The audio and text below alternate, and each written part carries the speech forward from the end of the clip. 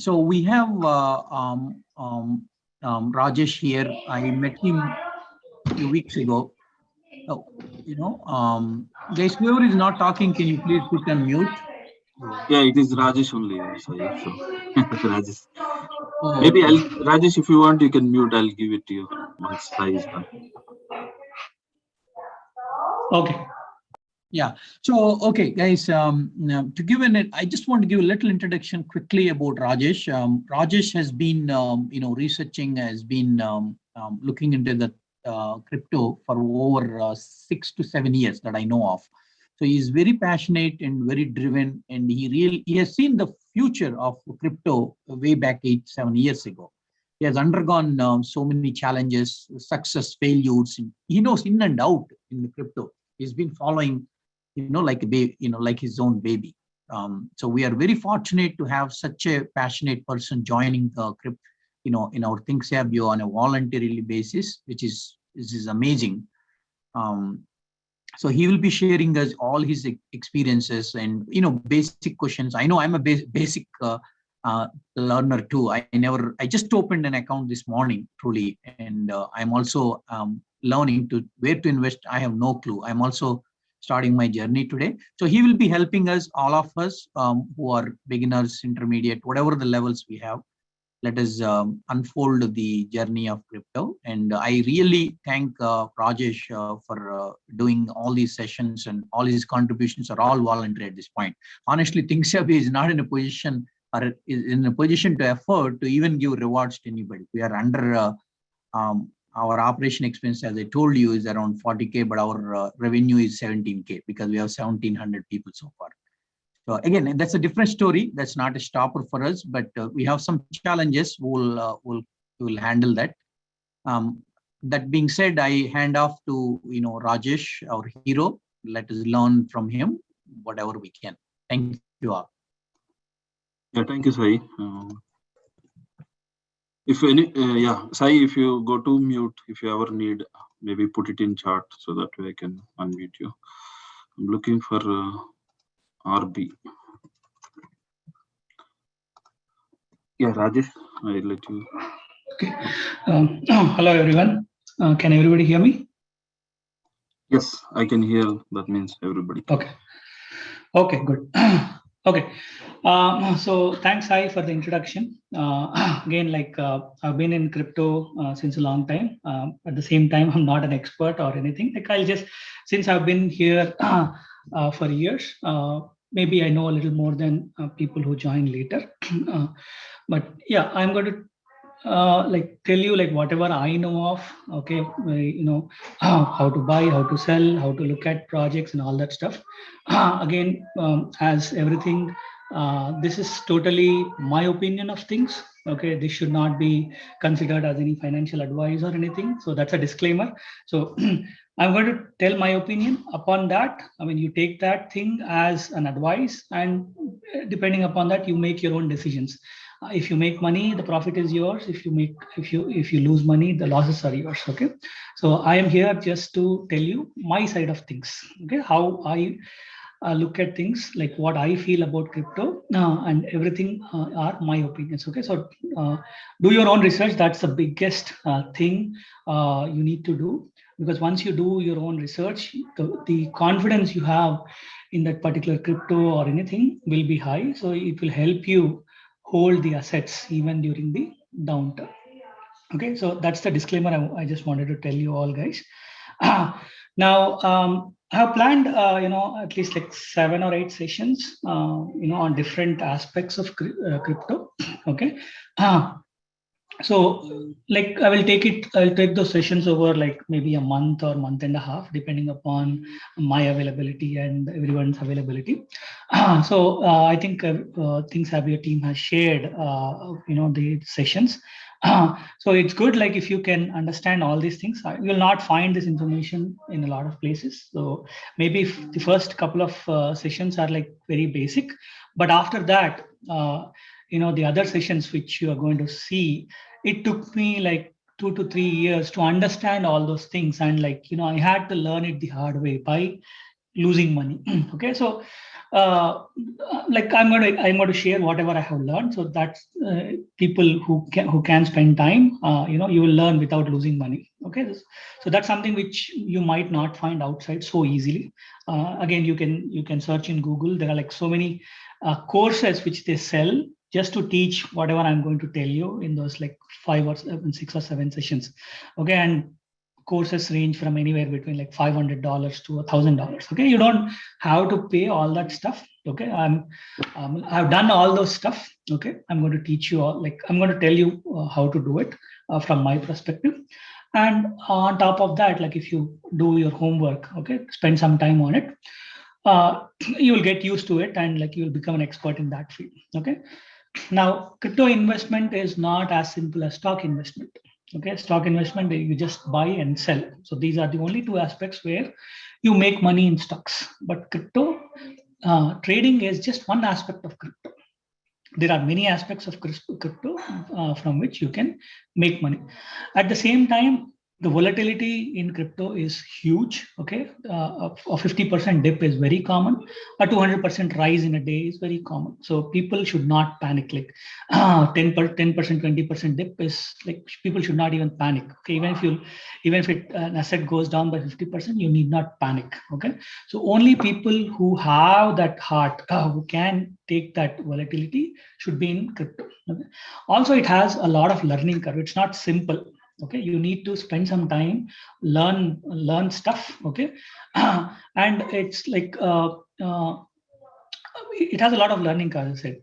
Okay, you need to spend some time, learn, but at the same time, it's rewarding. Okay, so a 20% gain in stock is considered huge. But if you see my chat, I shared a couple of tokens yesterday. They're up 30% today, since yesterday evening when I shared, and today morning, it's like up 30%. Okay, so you don't get these kind of gains in traditional stock market, or like like to that matter in any of the investment things. Okay, be it stocks, options, maybe options, but not a lot of things. Okay, so crypto has a lot of learning curve, but it is worth the effort, and this is going to be the future. Okay, again, crypto is a global thing. It's not limited, or it's not confined to a country. It's a global thing. So there are no holidays in crypto. There are no downtimes in crypto. Stock is like from 9 to 4, but crypto is 24/7, 365 days a week, 365 days a year. So there is no night, no day, rain or shine. Like crypto is always running. Okay, so that's both a good thing as a bad thing. If you are passionate about it, like you can trade anytime you want, but at the same time, it keeps you on your toes all the time. Okay, so that's the nature of crypto. Okay, now today's session, I just want to give you an introduction of like what is cryptocurrency. Okay, and why do I think, okay, cryptocurrency is going to be the future. Okay, what is that problem which crypto is solving, okay, which we are facing today. Okay, so cryptocurrency is like a digital asset. Like it's not physical. I mean, you cannot touch it, you cannot feel it. Like there is nothing physical about it. Okay, it's a virtual asset. It's digital. It just exists in the computer. Okay, initially they started cryptocurrency as a peer-to-peer value exchange. So right now, if you want to, if somebody wants to send money to someone, okay, you have to use a bank account, or you have to use some kind of financial instrument which is governed by a third party. So for example, if you're using a bank account transfer, your bank account and the destination bank account is governed by a central authority, which is your bank. Okay, if you want to send money to India, you use like Zoom. Okay, that is governed by a centralized authority. The entire money market is governed by a centralized authority. Like for example, stocks is governed by SEC. The entire money flow in USA is governed by like the central bank. So if you see, all entire financial system, okay, is governed by a central body. Means like there are very few people who control how things work. Okay, they can stop you from trading. They can, like, for example, a bank in any given day, they can freeze your bank account, even though it's your money. They can freeze your bank account, or they can put limits on your bank account, saying you can only deposit this much, you can only withdraw this much. So though it is your money, you are not fully in control of it. Okay. At the same time, the monetary policies. Okay. See, for example, if you see in the last year, Fed started printing money. Though, so if you had 100K last year, you could have whatever you could have bought for 100K last year. You cannot buy the same thing for 100K today, and it's not your fault at all. Like, when you did not do anything, you saved your money, put it in the bank, but the value is decreasing. Why? Because there are the central bodies which are making decisions which are not favorable to us. Okay, so considering all these things, okay, in 2000, after the 2008 crisis, a group of people, okay, they wanted to bring something which is not controlled by any central body. Okay, they didn't want anybody to control, something, a currency, but at the same time, everybody should have access to that. So they wanted a currency which is not controlled by anybody, and at the same time, how everybody should be able to access that currency with ease. So that's how cryptocurrency came into picture. Okay, and as you know, Bitcoin is the first cryptocurrency. Okay, so I will just share one small slide and maybe walk you through that. Okay, I hope everybody can see my screen. Okay, so that's how Bitcoin came into picture. Okay, so they wanted a currency, okay, which is not controlled by anybody. There is no owner for that currency, or there is no one who can, or like a party or a set of people who can control it. At the same time, it has all the properties of a currency. Means you should be able to send it, you should be able to divide it, you should be able to store it, you should be able to exchange for other goods and all this. So that's how they came up with Bitcoin. Okay, so if you see Bitcoin as a currency, like, you can divide Bitcoin into like 10 to the power of 8, which is like almost like 100 million parts. Okay, and each part is called a Satoshi. Okay, so you can divide Bitcoin up to that level. Okay, then you can transfer the money. You can transfer Bitcoin to anybody, anywhere in the world. Like, say, so you are here and somebody is in China. You can simply send Bitcoin from your wallet to the person in China, and it just happens in seconds. Okay, there is no third party involved. Okay, so for example, if you have to send money to China or India, it's a lengthy process. Okay, you have to deposit money into your bank account. From your bank account, it goes to an exchange, and there your money is converted from USD to INR, and then it goes and deposits into your INR bank account.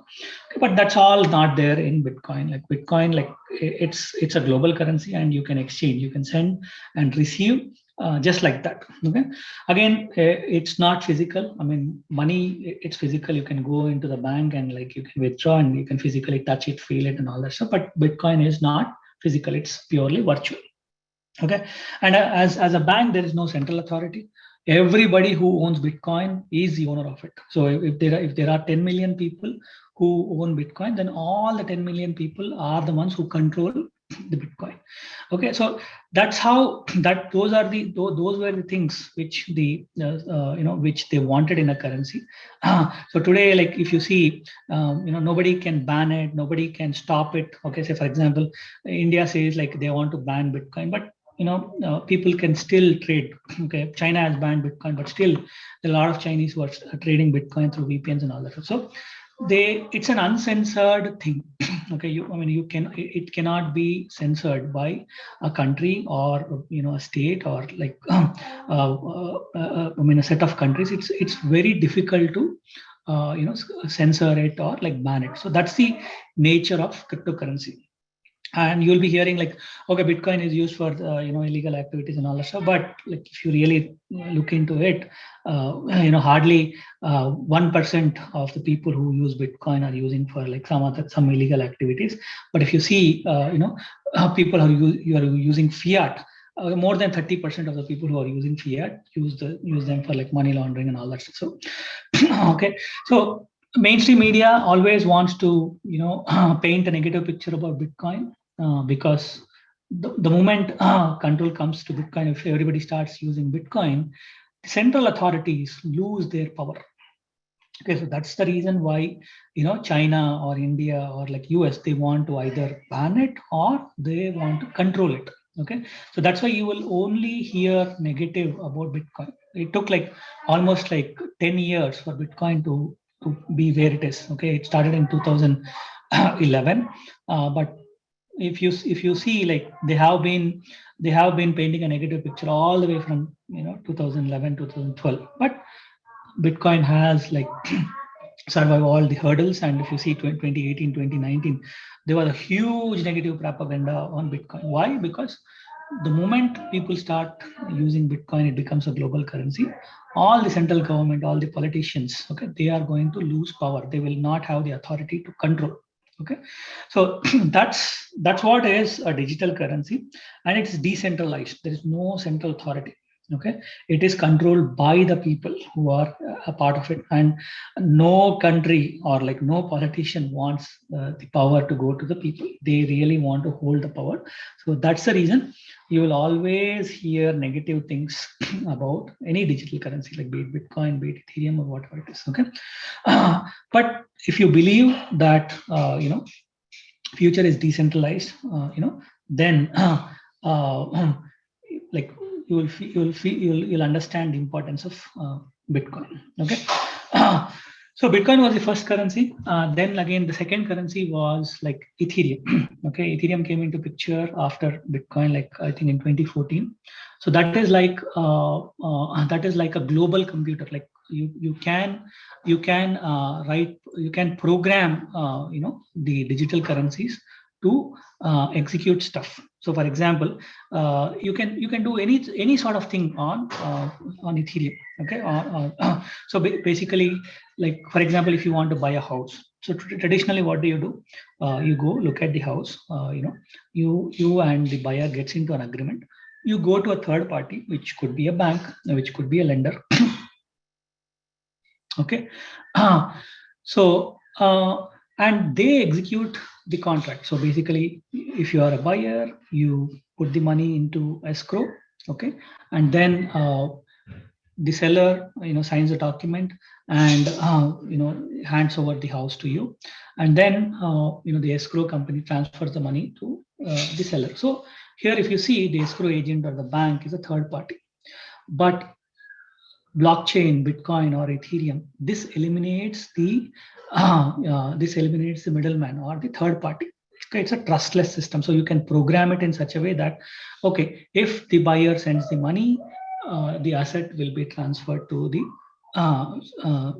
seller will transfer the ownership of the asset to the buyer. So you can program stuff in such a way where you eliminate the need of a third party. Okay, so that is what is Ethereum. So Bitcoin is a peer-to-peer currency, but Ethereum is a smarter form of Bitcoin where you can program it.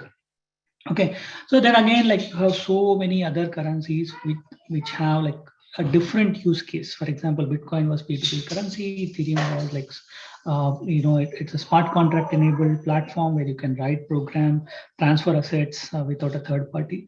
Then like you have cryptocurrencies through which you can send money across the borders in whatever currency you want. Then you have voting systems. You have like real estate stuff. You have decentralized cloud platforms like which provide facilities like Google Cloud or Amazon Cloud. Like you name a utility and you have a corresponding cryptocurrency. So now today there are like more than 10,000 cryptocurrencies which are available. And each has its own utility. Majority of them might not survive, but whatever survives, it's going to be the leader in its own area. Okay, so that is what is like cryptocurrency, and that is why I believe like decentralization is the future. okay, where everything will be controlled by the people, okay, because more and more people want to come into that. And since cryptocurrencies are not regularized, or like which are not controlled, or it cannot be censored by the mainstream media or like a few people in power, I think those will gain traction.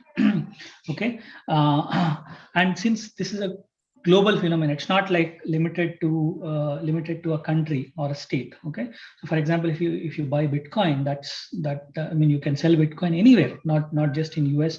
You can sell in India, China, like any place wherever you have an exchange, you can sell it. So it's a digital thing. So it's not limited to one country or a continent or a region.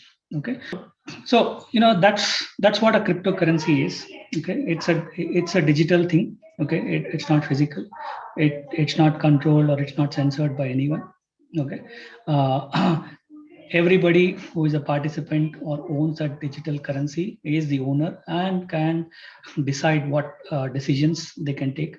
It cannot be censored. It cannot be stopped. I mean, as long as the network is available, you know, the cryptocurrency is in existence. It's so that's why I believe, like, the true decentralized nature and the trustless nature. You don't have to trust a third party to do an exchange. You don't have to trust a third party, to send the money or to receive the money.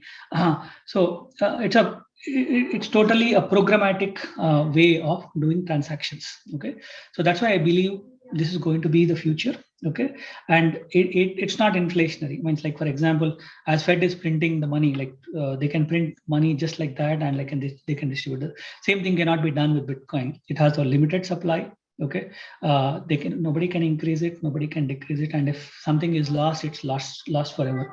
So it's not inflationary. It's actually deflationary. So that way, your value is not going down day by day.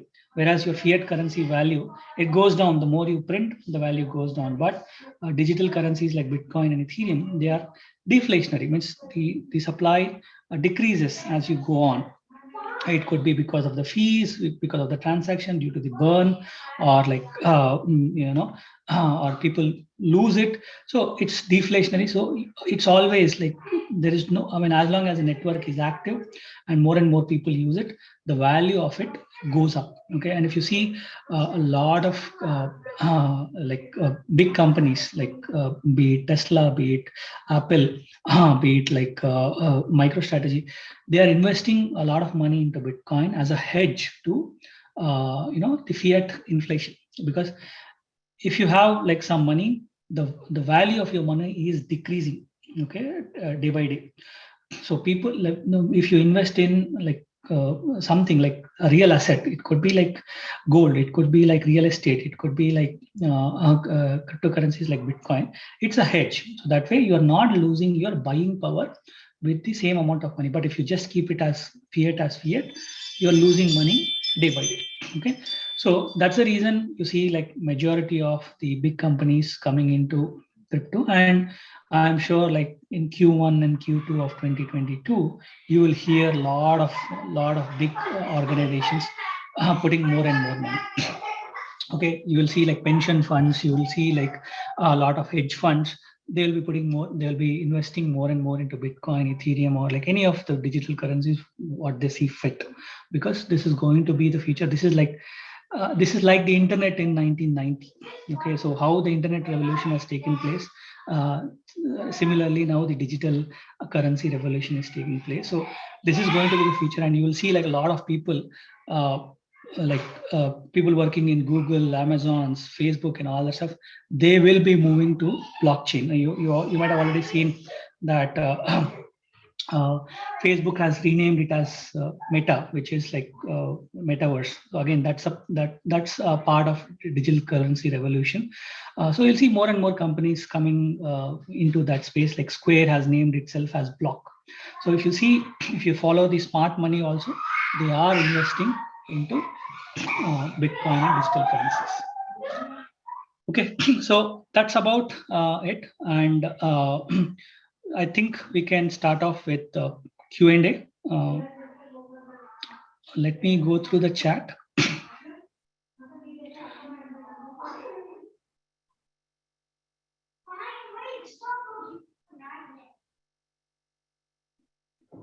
Okay. Yeah, First question I see is. Go ahead, Rajesh. Okay, someone who created first crypto or Bitcoin, if he does some fraud or come out with, say, having a 1 billion extra. Okay, so cryptocurrency doesn't work like that. You cannot say like I have 1 billion extra cryptocurrency or anything. It is all pre-programmed. So when you first deploy the cryptocurrency, you tell, okay, what is the maximum supply? Okay, say for example, I deployed a cryptocurrency. Okay, and I say like, okay, I have a maximum supply of like, let's say $1 million. Okay, so then let's say 10 of you buy those cryptocurrencies. Let's say like out of 1 million, like everybody buys 100 million, 100 million, 100 million. So now we are 10 people, everybody is holding 100 million. Now, for example, if one of us says, hey, I actually have 200 million instead of 100 million. So what will happen is we 10 will have the entire ledger saying like initially Rajesh had like 1 million, and then he like 9 other people bought from him, and everybody has like 100,000. Okay, so there is a ledger, like all 10 of us will have a ledger. Okay, so when somebody claims that they have like 200,000, so they need to publish their claim. Okay, and that should be validated by all the 10 people. Only if everybody agrees, then their transaction will become valid. So for example, if somebody has 100,000 and they try to send 200,000, they cannot do it because there should be a consensus among the network. Only then it will do. Now, that is the first thing. So nobody can simply say like I have more than what I have. Okay. Next,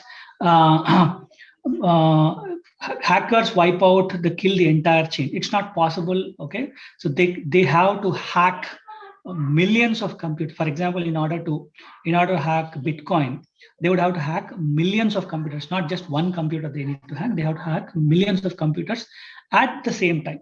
Only then, they can kill the entire chain. So it's not that simple to kill the blockchain.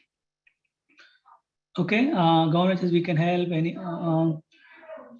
secret hackers to trust. Like now I know I can control money. We have a government whom we can go back our bank. So I didn't understand the last question. So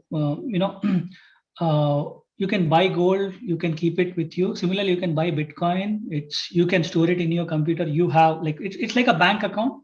Okay, you have your bank account, you have your username and password, but still the bank account is controlled by the bank. They can always freeze. But with Bitcoin, it's not. You can hold your public and private keys. Okay, and you can do transactions anytime, anywhere from the world, as long as you have those things. Nobody can steal that information. It's way more secure than the bank account. Is it worth to start mining coin?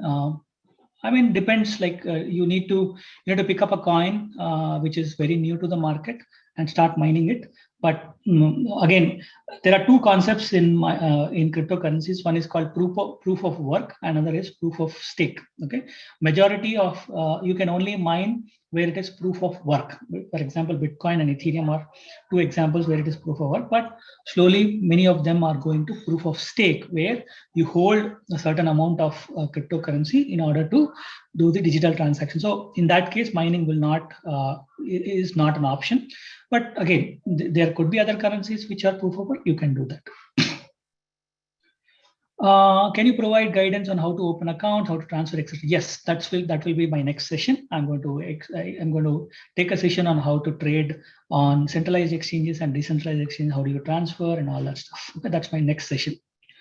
Do you have a separate Telegram chat related only to crypto? Yes, there is a separate group. I think ThinkSabio Crypto. I think you can find that once you log into your ThinkSabio account. There is a separate Telegram group for that. Will progression in technology of quantum break the Bitcoin? As of now, if quantum computing is introduced today, then yes, it can hack millions of computers at a time. But we are nowhere near that, and I'm sure as quantum computing comes into picture, people who are working on Bitcoin will also have some sort of remedy for it. Again, quantum computing can be used to break not only Bitcoin. Like if quantum computing is there today, they can hack all of our bank accounts. It's just a matter of like figuring out the passwords. Okay, so if quantum computing is there, they can hack all our bank accounts or like exchange accounts, whatever is there today. They can hack that. But when it really comes, I am sure they will put in some safeguards in all the sectors. Okay, so I'm not really worried about Bitcoin because cryptocurrency is just $2.3 trillion market cap. Imagine like stock market, imagine like your global currency, all the money in the bank. That's way more than 200 trillion. So they would hack that first, than hacking something which is like a 2 trillion market cap. Okay. So are you using? Rajesh, going back to the earlier question which Sumita Set had. So yes, the question was, do we, other than chat, he just put it in a bracket. It's hard to okay. go through. To that said, there is no other thing. We have only crypto channel. It is started. But before to this call, what I heard from Sai and as well as Rajesh and that they're going to have some documented format. That way it's easy to follow, etc. Okay, because this has started just 1 month ago. But as of now, 6 channels are there. As Rajesh pointed, you got to get onto the website and be in all of them if you're willing to join or learn, or if you're interested. Sorry, Rajesh, over to you. Yeah. So are you using any crypto bots? No, I'm not using any crypto bots. I mean, it's not so safe to use crypto bots. Again, that's totally up to individual people. I have seen people who made money. I have seen people who lost money, but I have seen the latter more than the former. Okay, you have like a lot of crypto bots. Like you can build one. It's not difficult to build one. You just need to spend some time and you need to do. A lot of exchanges also provide bots. For example, KuCoin has its own bot. Binance has its own bot. Like you need to pay a fee and you can buy the bots. But again, it's upon your risk profile, what you want to do, how you need to know like what are the controls you need to put into the bot, what currencies you want to trade and all that stuff. Okay, so you can give it a try. Nothing wrong in it with a small amount of money. Also hear about pancakes or some general idea of landscape. Again, this I'm going to cover in my next session. Actually, I did cover all these things in my first 2 sessions, but again, I wanted to start afresh because I see a lot of new people joining. But either you can wait for my next session or like you can hear my previous sessions. I have covered all these things. What is PancakeSwap? What is a trust wallet? Where to buy, how to buy coins and all that stuff. I have covered in my first 2 sessions. Please listen to that. Okay, all the computers will not be online at the same time. How is it determined which computer has the latest copy of the ledger? Okay, so again, so the thing is, if there are 1 million computers, okay, again, there are some designated, like out of the million, you can people can designate which ones are the validators, which ones are not the validators.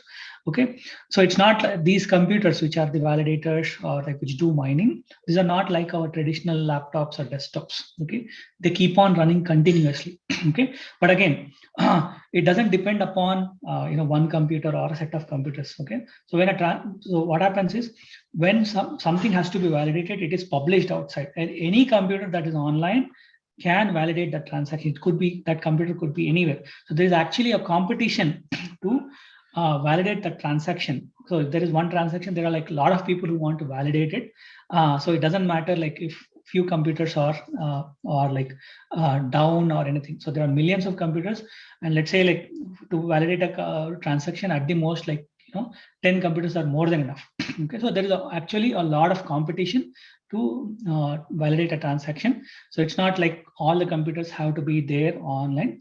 And again, as the network grows, we don't need consensus from each and every computer. For example, if the network is small and if there are only 10 computers, then probably we will need validation from 10 systems. But as the network grows, they make changes. I mean, they can make changes to the confirmation, saying that, okay, do you need 128 confirmations? Do you need 256 confirmations? So that's a programmed thing. Okay, as the number of computers grow, they can change that number. Okay, so for now, for Ethereum, it is like 15 confirmations. For some other currency, it is 128 confirmations. So depending upon the cryptocurrency, they can always determine how many confirmations it is required in order to validate a transaction. So as long as those 128 or like 256 or whatever may be the number, they have the copy of the latest ledger and they agree, it is good. Okay, but that's completely random. Nobody knows which are that 128 computers from where they take. So it's very difficult to predict. Can you briefly explain what are smart contracts? Smart contracts, it's like programmable money. Okay, so as I said, I give an example, right? Like if you want to buy a house, you need a third party. Okay, somebody needs to be there in the middle. The seller hands over the ownership to the third party, and that person hands over the ownership to the buyer. And similarly, the money is transferred from the buyer to the third party and to the seller. So smart contracts eliminates the requirement of the third party. So it's a trustless system. So you program in such a way that if the seller gets the money, automatically the ownership is transferred. So it's programmed. Okay, you don't need a third party. So that's a very high level of a smart contract. Basically, you can build anything in a smart contract. Like it's like you send you send money to this account and you get your asset. Okay, so it's something like that. Okay, so there is no third party involved. Whereas in all the other things, there is a third party involved. In here, there is no third party involved. So that's a smart contract. What is USDT? Okay, so you have a lot of currencies which start with USD, like for example, USDT, USDC, okay, UST. These are all representation of US dollar in the crypto world. Okay, this is called USD Tether. Okay, USDC, USD Circle. Okay, so these are representations of USD in cryptocurrencies. So these are called stable coins. They're always pegged to a dollar. So one USDT is always equal to $1. So it doesn't matter whether the cryptocurrency market is going up or down, the value of USDT will not change. It is always $1. Thanks, Rajesh and ThinkSabio, for letting me know. Okay, what determines a particular coin's price movement? It's the same. What determines a price of a stock? If more people want to buy, if there is more demand and less supply, the price goes up. If there is more supply and less demand, it's the same. In stocks, one can monitor company current performance. Same thing in cryptocurrency is also like a sort of a company. Okay, but it's just like controlled by a lot of people. So, for example, Bitcoin is there. If lots and lots of people want to buy Bitcoin, because then automatically the demand goes. Again, Bitcoin does not have any utility. But let's, for example, take Ripple. So Ripple is like with Ripple, you can send the money to any country with a very less fee, like not even like 2 cents. Okay. So now today, if you want to send money from US to Mexico, to send $100, it costs you like somewhere around $12. But let's say if Ripple comes into the market and they say like, hey, we're going to send the money for like less than 10 cents. Obviously, nobody wants to pay $12 fees to send $100. So people will start using Ripple more and more. The more you use Ripple, the number of Ripple tokens are burnt. So the supply comes down. So in order to send, you need to pay the fee in Ripple. So the usage is increasing, okay, and supply is decreasing. Obviously, it will grow. Okay. Similarly, tomorrow, let's say somebody says like, you can buy you can buy real estate using our currency, and like whatever is the fee, you have to pay it in a certain digital currency. So if more and more people start buying real estate, using that blockchain, automatically they will be paying fees in that currency. The supply is decreasing, and the demand is increasing. That's how. So every cryptocurrency has a utility. You can follow that utility. Okay, you can follow. They have a website and all that stuff. You can follow their utility and figure out. Okay, for example, gaming. Okay, metaverse is there. So somebody creates a metaverse. So in order to get into that, there might be a fee to get into that. In order to play games, there might be a fee. Okay, in order to buy something in the game, you'll have to pay a fee.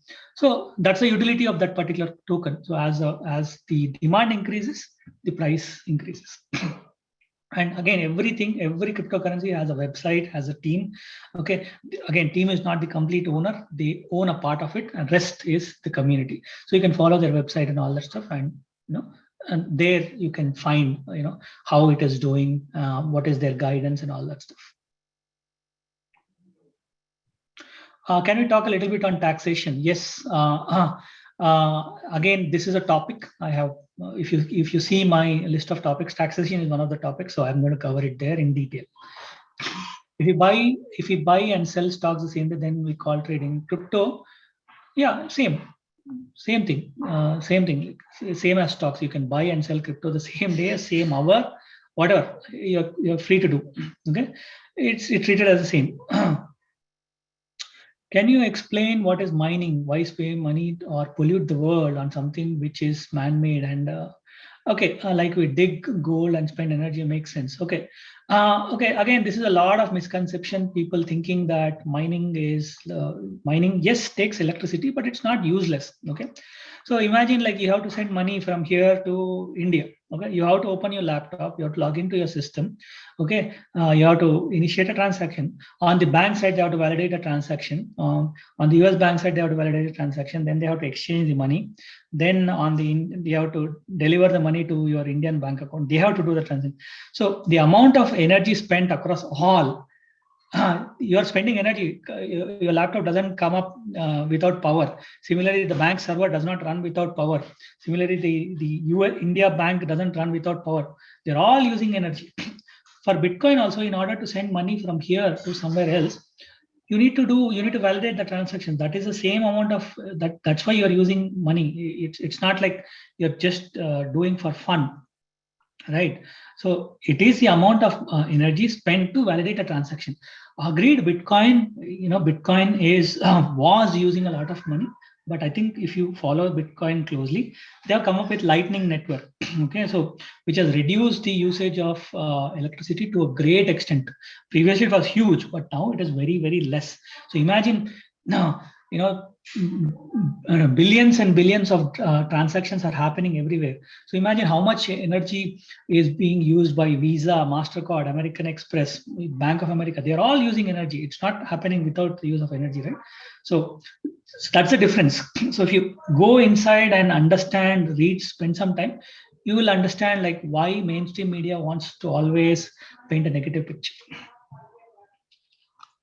Okay. What is burning more coins like Shiba Inu? Okay, burning means like they just send money to the tokens to a wallet where you cannot retrieve it. Okay, so that is called burning. So they decrease the supply and they send the tokens to a wallet from where you cannot recover. So that is burning. Exchanges can fake loads and hike the price of a coin. Yeah, can't hedge funds do the same thing with the stock? They can do the same thing, right? They can do wash trades. Same thing with cryptocurrency. See, cryptocurrency is no different. Okay, at least the thing is it's not controlled by a central authority. Whereas it is stocks and everything are controlled by central authority. For example, if you remember GameStop, okay, suddenly all the exchanges said like you can only sell, you cannot buy. The same thing cannot happen in cryptocurrency. Okay, so whatever is possible in stocks can happen in cryptocurrency, but in order to do that, you need a lot of people to join hands together. It cannot be done by very few people, and it's not done by a central authority. Okay, there are whales who hold a lot of cryptocurrencies. They can do it. I'm not saying it's not possible, but at least it's less manipulation than the stocks because they're all controlled by central authority. They can just change a policy overnight, and that will affect. The same thing cannot happen in cryptocurrency. Are you planning to exchange? Yes, different exchanges and how to buy coins in various exchanges. Yes, that's my next session. Okay, what is Coinburn? I already explained. Who maintains servers for a particular coin? There is no specific person who maintains a server. Anybody who can become a validator. Okay, if you are a validator, you validate the transaction, and for validating it, you get a fee that is called the mining fee. Okay. Which known company is every company is working on this technology. They are just not yet told, but every company is working on that. Be it Google, be it Apple, be it Amazon. Everybody is working on blockchain. Okay, just go deep into it and find out that they are working on it. They might not be working on. They might not be releasing tokens on their own, but they are using blockchain as a technology for their internal purposes. Okay, Facebook is a very good example. Like, see, Facebook is building a metaverse. Facebook is coming with its own cryptocurrency. Facebook is not a small company. So I don't think if that is the future, Microsoft is going to stop, Google is going to stop, Amazon is not going to say no. Everybody is working in their backyards on cryptocurrency, and everybody will introduce some or the other sort of service using blockchain. Where can I find a list of that you're going to cover? I think there was a flyer which was shared with everyone to with the sessions. I think you can ping one of the admins and they will be more than happy to share. Okay. Is there a place to know about the purpose of each currency? Yeah, just go to their website and they will tell like what is their currency, why they want to use it, what is their usage, okay, what is their roadmap. Everything is there in on the company's website. Okay, I think I have covered all the questions.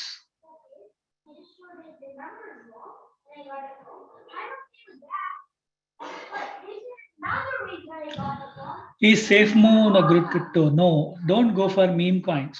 Okay, SafeMoon, Dogecoin, Shiba Inu, and there are like hundreds and hundreds of meme coins. They don't have any purpose. So just read about SafeMoon, what they want to do. Okay, if you think that's a good thing and that has some utility, it's useful to people, go and buy SafeMoon. But if you go and read about SafeMoon, all they say is you buy SafeMoon now, then more people will buy it at a higher price. You can sell it to them. That's their agenda. So that's a straight out scam for me. So would you buy if somebody comes and says there is no stock, there is no utility for a stock? You just buy the stock now, and tomorrow when other people buy the stock for more money, higher price, you sell it to them. Would you go and buy a stock which says that? You wouldn't. Which is the best exchange for crypto? Okay, there is no best exchange for crypto. Okay, because one exchange does not hold all the coins. You would need multiple exchanges. Okay, so I'm going to cover that in my next session. What are exchanges? Where do you buy? What is the difference between a traditional stock exchange versus a crypto exchange, and all that stuff. Okay. What about ADA, Solana, etc.?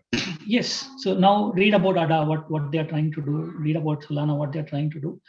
They are providing utility. Okay, they are providing platforms where people can build projects and all that. That's why if you see there is a steady growth for them. Okay, so those are good tokens. Is there a way? Yes. Is there a way to find who owns majority stake in any crypto? Yes. All the cryptocurrencies are like completely transparent. All you need to do is for every cryptocurrency, you have something called a contract. Go and put that particular contract in the blockchain. It will give you the list of all the people who own it.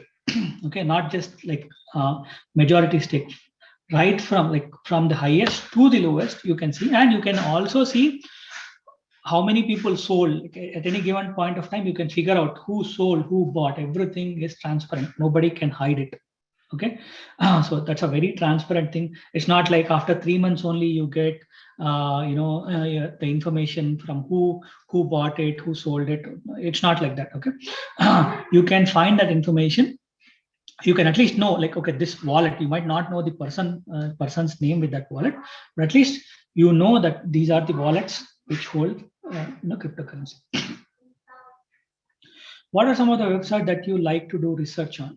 CoinGecko, CoinPaprika. Okay, CoinGecko, CoinPaprika, Coin Market Cap. They just give you preliminary information like what is the price, what is their website. Okay, but in order to do research, you need to go to their website. You need to go to the Twitter account. You need to go to the Telegram account. You need to read their white paper, their roadmap. It's a lot of things. Same like stock. Okay, so for example, Yahoo Finance. If you go to Yahoo Finance, it will give you a preliminary information like what is the stock price, what is the company website, maybe major news and all that stuff. But in order to do some in-depth research, you have to go into in-depth, like what is their financial status, what is their plan, okay, what is their roadmap. All the same with cryptocurrency.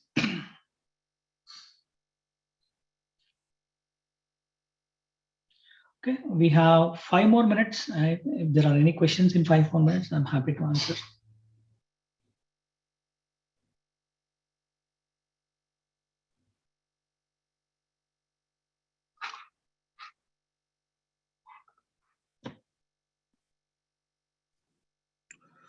Thank you, Rajesh. Okay, we hope it maybe we'll just do time. Yes, sorry. Okay.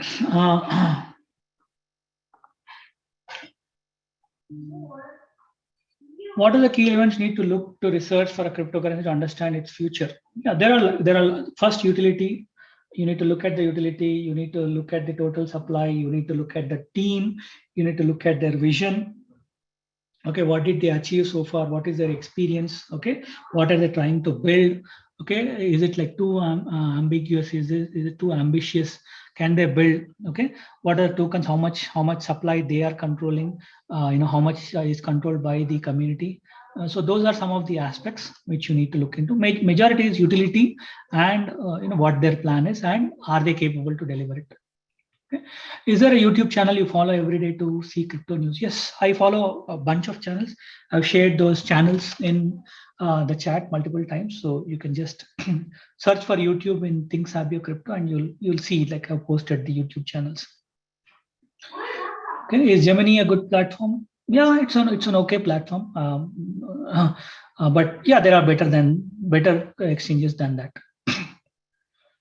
What happens if US bans the crypto if they see a threat to US dollars? At least what I heard is the SEC chair said they will not ban it. They made it very clear. They said they're going to regulate it, but they're not going to ban it. Okay. When is the next session? So we are planning the next session. So hopefully I will let you know in a day or two, the schedule of the sessions. Which country owns max bitcoins? China. China has banned Bitcoin, but that country owns maximum number of Bitcoin. So you can understand, why they own. If they want to ban it, why do they want to own? So they see the value in Bitcoin. So China owns, followed by US. Most platforms ask us for KYC. The technical and government are aware of which coins we are invested in. So centralized exchanges ask for KYC. Okay, again, it's their way of controlling things. But there are decentralized exchanges where you don't have to do KYC, at least for now. So you can use decentralized exchanges if you don't want. But again, if you are in US, it's always good to follow the norms, because any currency you gain, if you make gains, you have to pay taxes. So whether they ask for KYC or not, end of the year, you need to report your gains and pay the taxes. Yeah, can you buy? Yes, you can buy and sell cryptos many times a day. Okay, you can buy in one exchange, sell in another exchange. You can do whatever you want. There is no restriction. Okay. Thank you, Rajesh, for your time. Topics covered in the session. Okay. Yeah, I think those are all the questions. I think we're almost there. Yeah. Yeah. No, I don't have any idea about Bellex. Okay. I thought to say, let's take this last question, but it's quick. No idea is quick. Okay. I think as many as 177 people registered, maybe 30 people or 40 people less joined, which is still okay, but as we all know, nothing comes for free. He has gained a lot of knowledge after a lot of hard work trying to share with whatever platforms Tiger has created. So I'm interested as well, Rajesh. I heard your last session. That's where I felt, okay, when there is knowledge and effort, definitely something can be achieved in life. Maybe you ignited me, just like Saigar ignited me two stocks with one of his one post. That's it. But thank you for your time today.